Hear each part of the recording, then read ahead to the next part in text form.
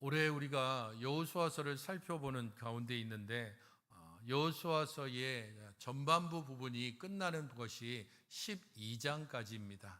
총 24장으로 이루어져 있는 여호수아는 크게 세 부분으로 나눌 수 있습니다. 1장부터 12장이 땅의 정복과 관련된 내용이라면 13장부터 21장까지는 땅의 분배에 대한 내용을 담고 있고 22장부터 24장까지는 그 땅에서 복을 누리는 법에 대해서 기록해 두고 있습니다. 그래서 우리가 다음 주까지 살펴볼 12장의 말씀이 땅의 정복에 대한 내용이고 그 뒤로는 땅의 분배와 관련된 내용이기 때문에 장별로 살펴보기보다는 중요한 내용별로 그렇게 함께 살펴보도록 하겠습니다. 1장부터 12장이 내용들은 또 크게 네 가지로 나눌 수가 있습니다. 그래서 1장이 서론적인 부분이라면 중부 지역을 점령하는 내용이 2장부터 8장까지 나오고 남부 지역을 점령하는 내용이 9장부터 10장까지, 그리고 오늘 우리가 살펴볼 11장은 북부 지역을 점령하는 내용이고 12장은 전체적인 요약 부분입니다. 그래서 정복한 나라들, 정복한 그 지명들이 요약적으로 제시가 되어져 있습니다. 이렇게 땅의 정복 과정을 12장까지 다 기록을 해두고 이후에 정복된 지역들을 분배하는 내용이 13장부터 진행이 되는 겁니다. 이렇게 여호수아서에 대한 기본적인 구조와 내용을 생각하고 우리가 어디쯤 지금 가고 있구나라는 걸 생각하시면 좋겠습니다. 지난주에 우리가 10장에 남부를 정복하는 내용을 함께 살펴봤는데 오늘은 북부를 정복하는 내용입니다. 그런 면에서 10장과 11장은 매우 유사한 내용과 구조를 가지고 있습니다. 표를 통해서 보게 되면 10장과 11장의 내용이 매우 유사하다는 것을 알 수 있습니다.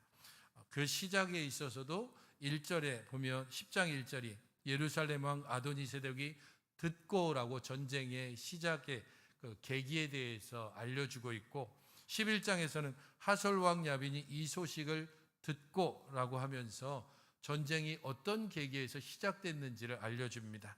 전쟁의 시작도 기브온과 대진했고 11장에서는 이스라엘과 싸우려고 메론 물가에 진쳤다라고 합니다. 하나님의 약속, 하나님의 일, 사람의 일, 그리고 여기에 나오지 않지만은 신학적인 평가도 동일하게 이 구조 안에 들어 있습니다.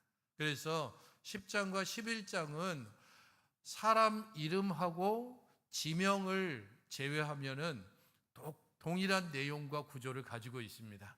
같은 구조 안에 사람 이름과 지명만, 그리고 길게 설명하느냐 아니면 짧게 요약해서 말하느냐, 그런 차이가 있다고 보시면 되겠습니다. 그런 면에서 10장과 11장에 유사점도 있지만 차이점도 있겠죠. 그 차이점은 두 가지 내용으로 볼 수 있습니다. 가령 전쟁의 시작이 어떻게 시작됐는가, 그 계기에 대해서 10장은 이스라엘과 기브온의 화친 때문에 남부 지역 전쟁이 시작되고, 오늘 살펴볼 북부 지역 전쟁은 남부 연합군이 패배한 그것이 전쟁의 시작의 계기가 됩니다. 그리고 하나님의 기적이 10장에서는 큰 우박과 해와 달이 멈추는 것으로 나타났다면 오늘 본문에는 명확한 기적의 기록이 없습니다. 10장의 내용이 길게 서술하고 있다면 11장은 요약본이라는 것을 우리가 생각하면서 오늘 본문을 함께 살펴보면 좋겠습니다. 특별히 오늘 본문을 시작하면서 주의해서 볼 것은 4절 말씀이 북부 연합군의 모습을 묘사하는 내용을 통해서 이 전쟁의 양상을 살펴볼 수 있습니다. 4절을 같이 한번 읽어보시겠습니까? 4절입니다. 시작.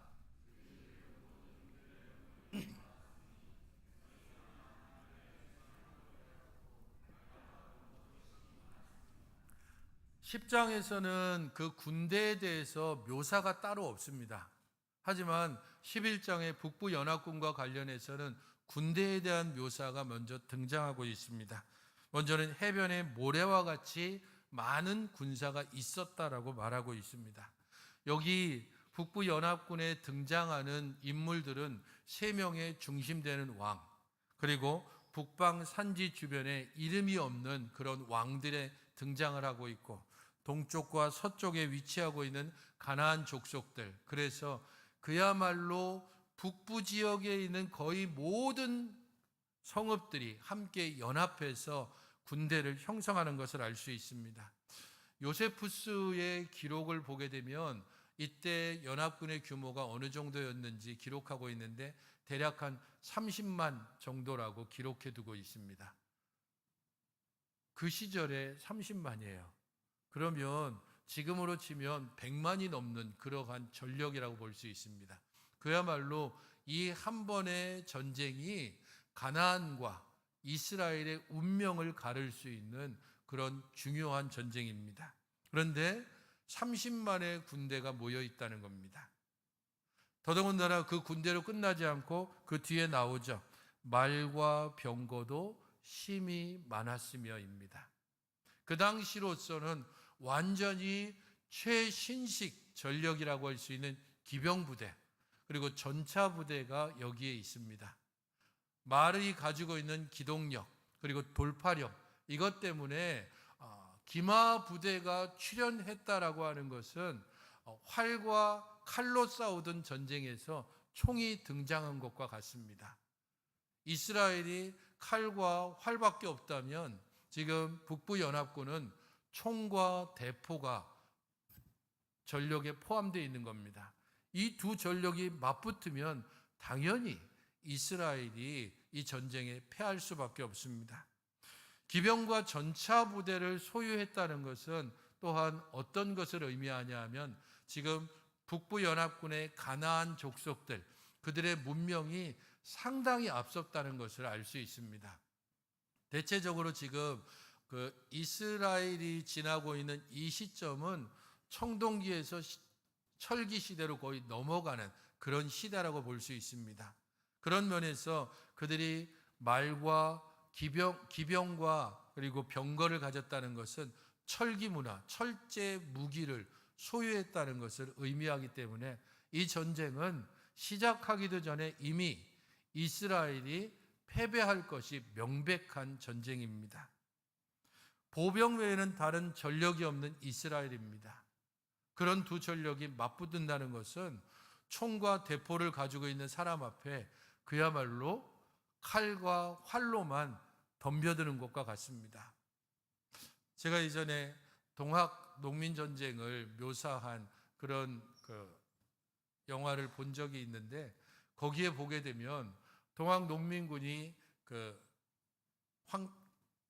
공주 우금치 전투에서 패배한 그러한 전쟁은 그들이 기관총으로 무장하고 있는 그 일본군과 관군 앞에 그냥 죽창을 가지고 혹은 그냥 칼만 가지고 덤벼들었기 때문입니다.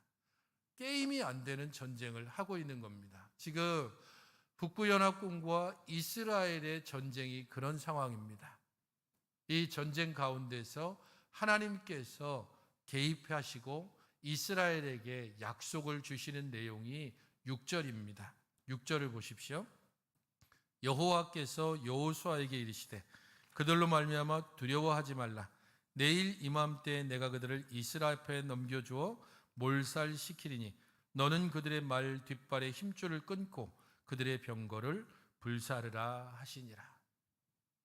패배가 뻔한 그런 전투를 앞에 두고 하나님께서 그들에게 권면과 약속과 또한 명령을 함께 주고 있습니다.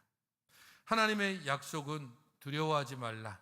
내가 그들을 이스라엘 앞에 넘겨주어 몰살시킬 것이다 라고 하는 약속입니다. 두려워하지 말라라고 말한다는 것은 이미 두려움을 가지고 있다는 거죠. 이스라엘이 충분히 두려워할 수 있는 상황입니다. 두려워할 뿐 아니라 만약에 북부연합군의 전력을 제대로 알고 있다면 두려움 정도가 아니라 공포감을 가질 수밖에 없습니다.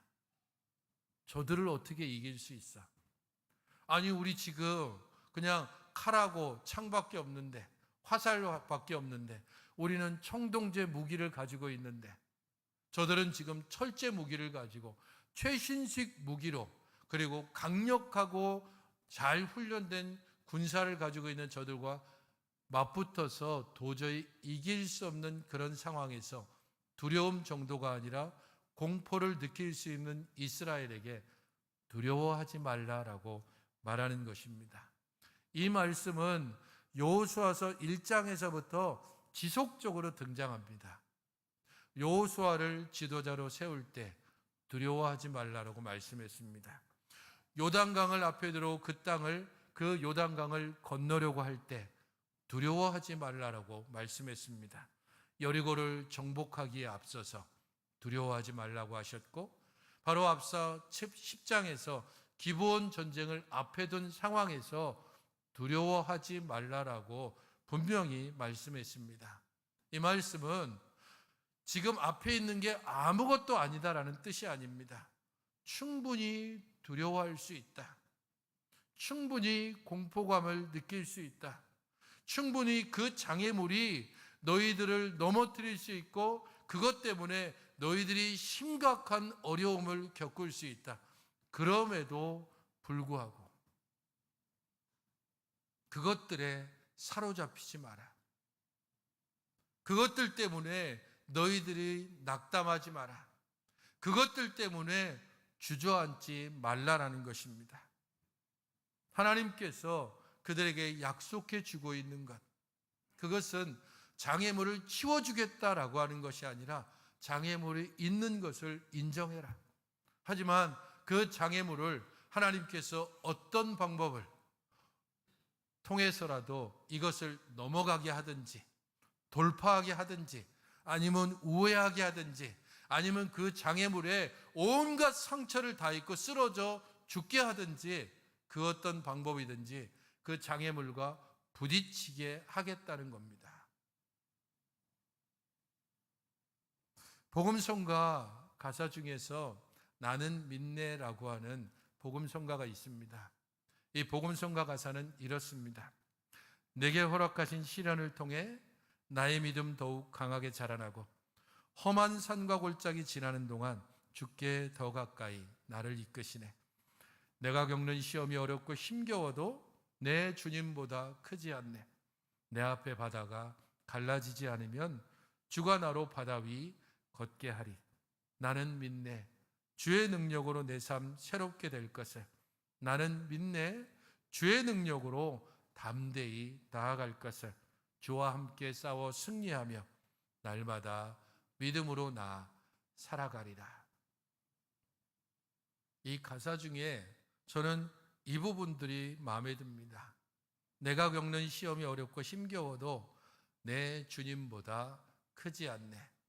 내 앞에 바다가 갈라지지 않으면 주가 나로 바다 위 걷게 하리. 뒤에서 애굽 군대가 추격해 오고 앞에는 홍해 바다가 가로막혀 있는 그 상황 속에서 하나님께서 모세를 통해서 무엇라 말씀했습니까? 너희는 가만히 있어. 오늘날 하나님께서 행하시는 구원하심을 보라라고 말씀하고 있습니다. 홍해 바다가 갈라지고, 그래서 너희들 두려워하지 말라라고 말씀하시는 것이 아니라 두려워하지 않으면, 그래서 그 홍해 바다로 들어서면 그러면 갈라지게 될 것이고, 그러면 그곳을 마른 땅으로 건너게 하실 것이다라고 약속하시는 것입니다.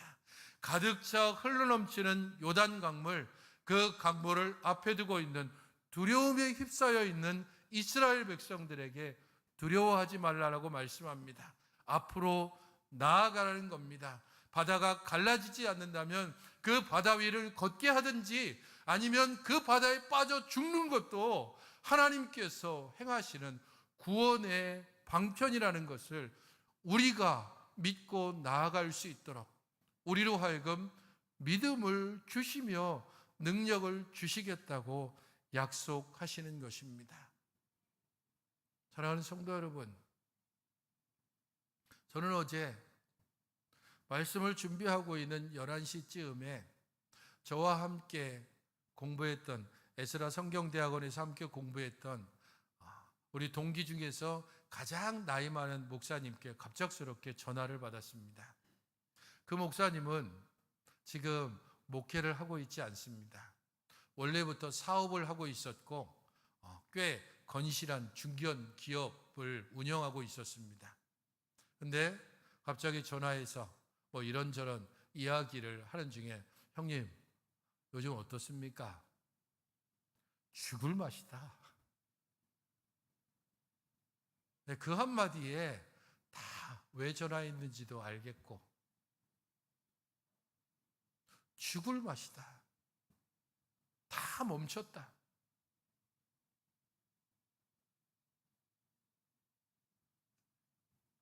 아무리 기도해도 우리 앞에 놓여있는 장애물들이 꿈쩍도 하지 않고 계속해서 반복되는 고난과 시련 때문에 몸도 마음도 다 지쳐가고, 이런저런 요구들은 계속되고, 교회 안에서 함께 지내는 것도 버거운, 그렇게 지쳐가고 있는 우리들에게 유일한 소망이 있다면 하나님의 약속의 말씀이 아니겠습니까? 내가 너와 함께 할 것이고, 고난 가운데도 함께하고, 기쁨 가운데도 함께하며, 죽음 가운데도 함께 할 것이라고 하는 하나님의 약속이 우리로 하여금 다시금 힘을 얻게 하고, 우리로 하여금 혼란하고 죽을 것만 같던 그 상황에서 다시 한숨을 쉬게 만드는 것입니다. 하나님께서 이스라엘에게 말씀하십니다. 두려워하지 말라. 내가 그들을 이스라엘 앞에 넘겨주어 몰살시킬 것이다. 거의 30만에 이르는 대군을 총과 대포로, 그리고 탱크로 무장하고 있는 최신식 전력을 가지고 있는 그들을 겨우 보병으로 광야길을 지나와서 아무런 훈련도 거의 잘 되어 있지 않은 이스라엘이 이길 수 있는 승산이 거의 없음에도 하나님이 말씀하셨다면 하나님의 말씀을 믿고 나아갈 수 있게 하나님께서 우리 안에 믿음을 심어주시고, 우리 안에 은혜를 부어주시고, 우리 안에 소망을 새롭게 일으켜 주시는 것입니다. 그래서 하나님께서 명령하십니다. 그들의 뒷발의 힘줄을 끊고 그들의 병거를 불사르라. 이미 승리한 것으로 가정하고 그들의 뒷발의 힘줄을 끊고 병거를 불사르라. 총을 다 폐기시키고, 대포를 너희들이 획득했으면 대포를 다 망가뜨리고 탱크도 다 폭파시켜버려라. 그들이 가지고 있는 전력, 그들이 가지고 있는 힘, 그들이 가지고 있는 무기, 그것들을 의지하지 말라. 그들은 그 무기를, 그 힘을, 그 수를 믿고 우리에게 나올지 모르지만 너희들은 그것을 의지하며 살아온 세대도 아니고, 그것을 의지할 때에 너희들이 결코 승리할 수 없다는 것을 명령하고 계십니다. 가나안 정복은 이스라엘의 군사력과 전력과 힘으로 이긴 것이 아닙니다. 하나님께서 그들과 함께 하셨고, 하나님께서 그들 앞서 싸우셨기 때문에 가나안 7년 전쟁을 승리로 이끌 수 있었습니다. 오랜 후에 이 여호수아 11장의 이때로부터 대략 한 350년 혹은 400년이 지난 어느 때에 이 가나안 땅에서 한 어린아이가 도저히 이길 수 없는 그런 싸움을 앞에 두고 이렇게 고백했습니다. 사무엘상 17장 47절입니다. 같이 한번 읽어보시겠습니까? 시작.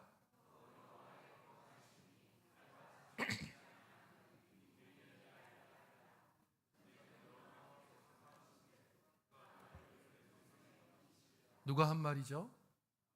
다윗입니다. 누구와 싸울 때 한 말이죠? 골리앗과 싸울 때입니다.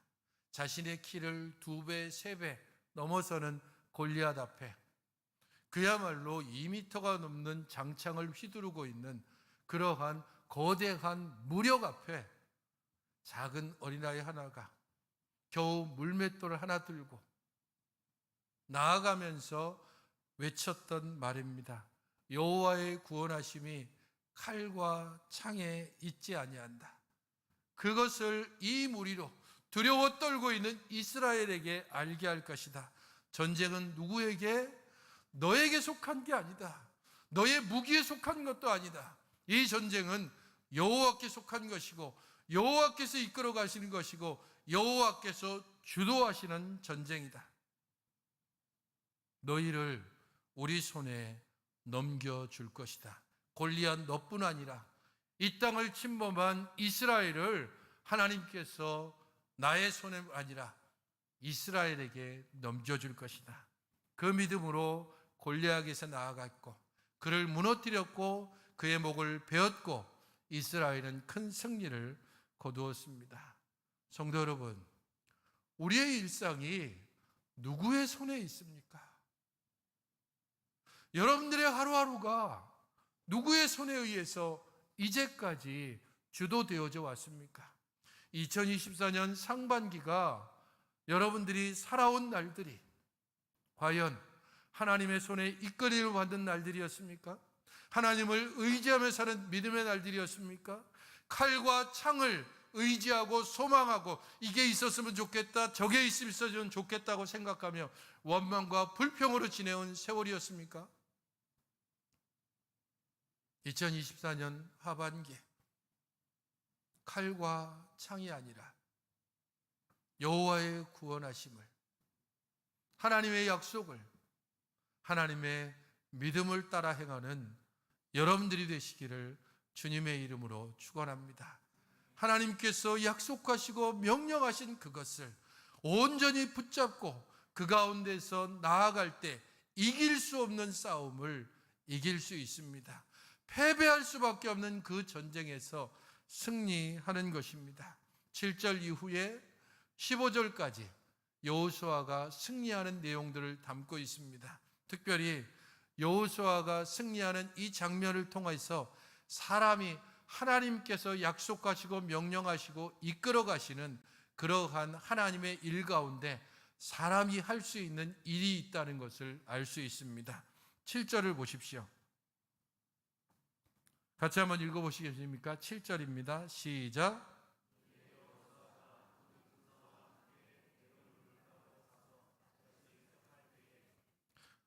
10장을 여러분 기억하십니까? 기브온 전투에서 이스라엘이 승리할 수 있었던 그 원동력이 뭐였죠? 일주일 지났는데 어떻게 승리했습니까? 갑자기, 그렇죠? 길갈에 있다가 기브온에 있는 남부 연합군을 치는데 여호수아가 밤중에 군사들을 이끌고 대략 30km 정도 되는 거리를 밤중에 신속하게 이동해서 도저히 남부 연합군들이 생각하지 못했던 시각에 갑자기 그들 앞에 나타나서 습격을 한 겁니다. 그래서 남부 연합군을 이길 수 있었습니다. 오늘 북부 연합군도 어떻게 해요? 메론 물가로 가서 어떻게? 갑자기 습격할 때입니다. 10장 43절을 보면 여호수아와 이스라엘의 온 군대가 길갈에 머물러 있습니다. 지도를 보게 되면 길갈에서 이 북부 연합군이 있다고 하는 메론 물가까지 정확한 위치를 알 수 없지만 대략적으로 거리를 통해 보면은 한 150km 정도 됩니다. 서울에서 어디까지죠? 대전까지 거리입니다.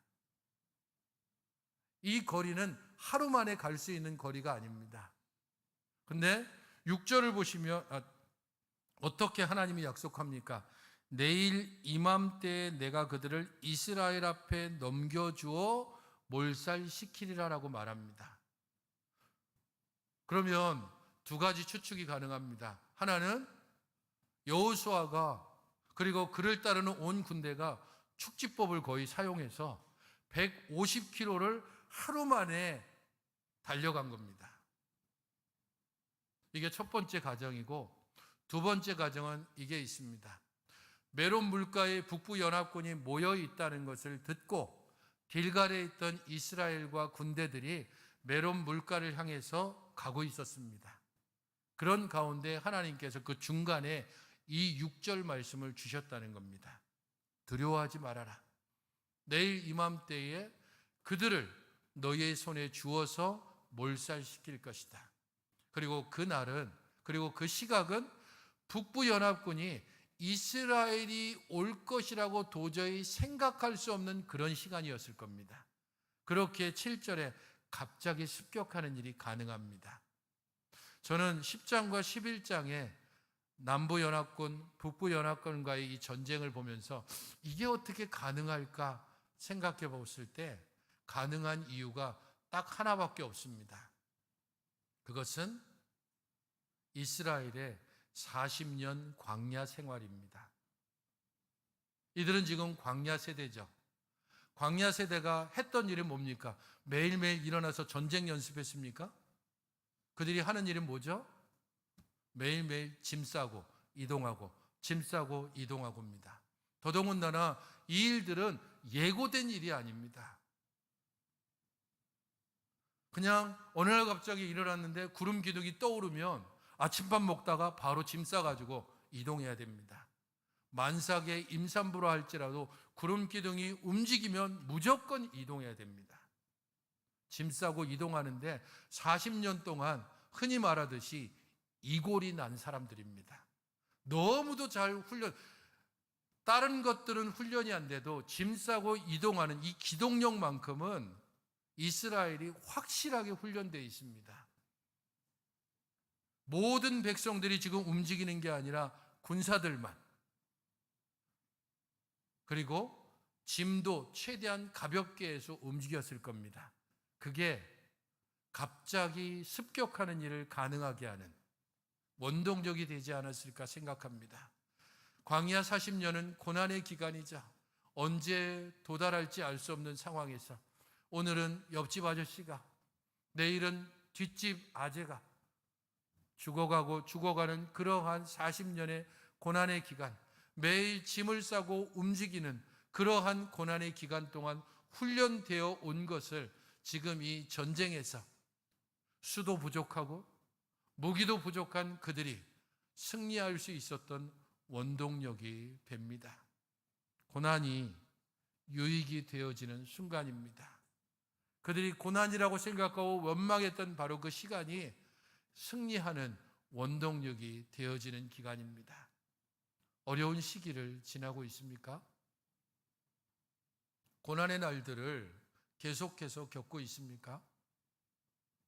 앞이 보이지 않는 캄캄함이 상반기 내내 계속되고 하반기에도 별로 출구가 없는 것 같은 그런 시간을 지나고 계십니까?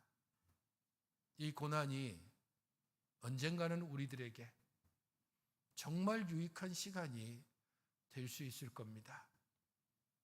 이 고난이 우리의 믿음을 더욱더 단단하게 하고 하나님께 대한 소망을 더욱더 굳건히 할 수 있는 시간이 되어질 것입니다.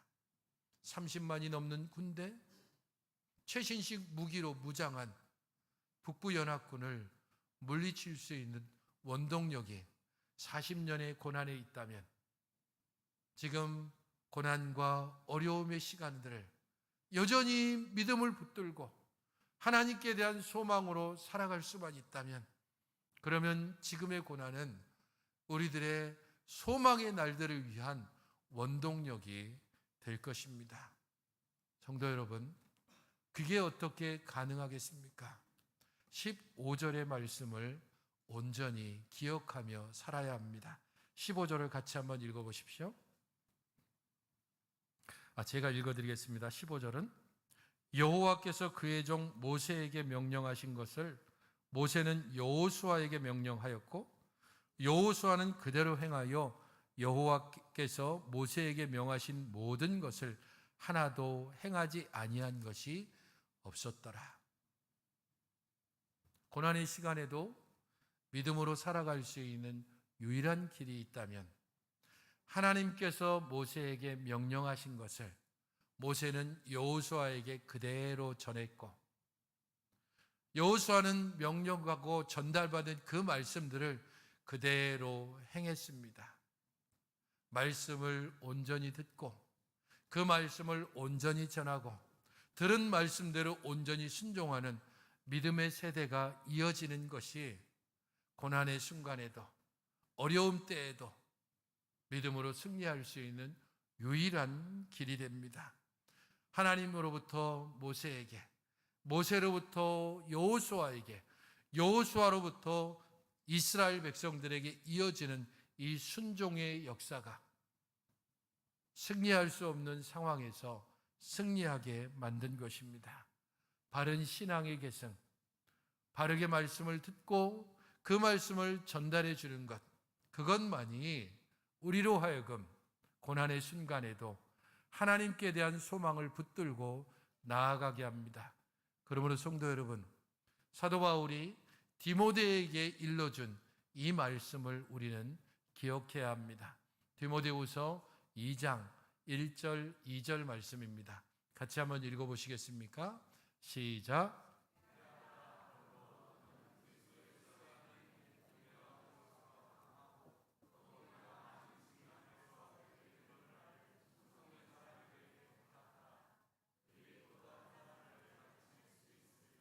그러므로 너는 그리스도 예수 안에 있는 은혜 가운데서 강하고,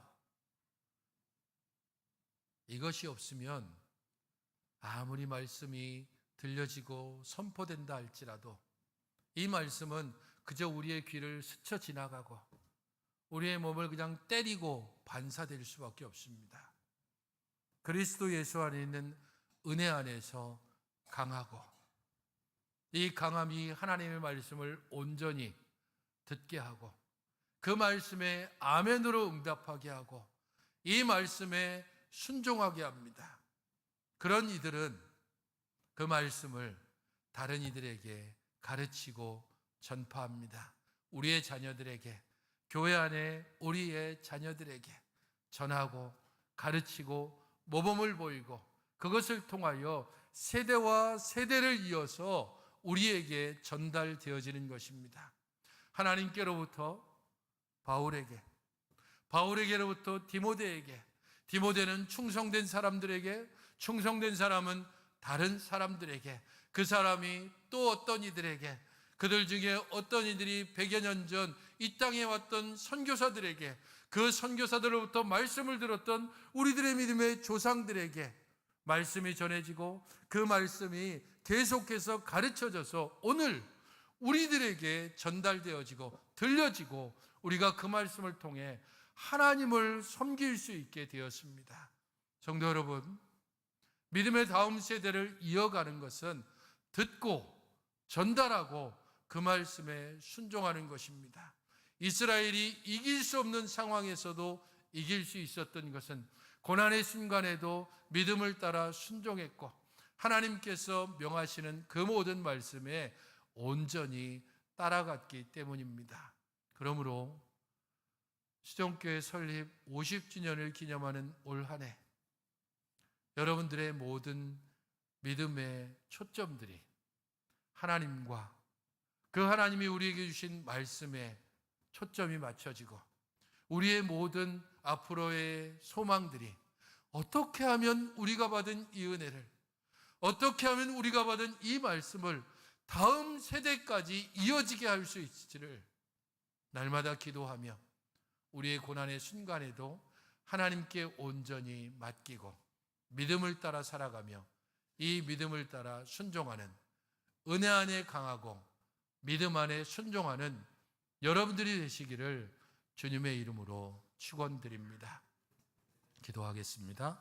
주 하나님 아버지, 우리를 주의 은혜 가운데 붙드시고 인도하시고 주관하여 주시니 감사를 드립니다.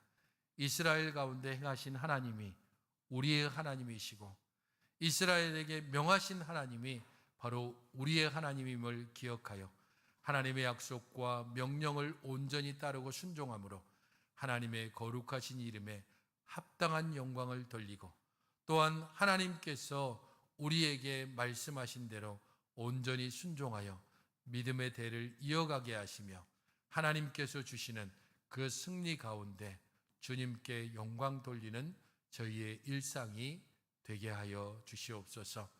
또 한 달을 시작하며 이 성찬을 받습니다.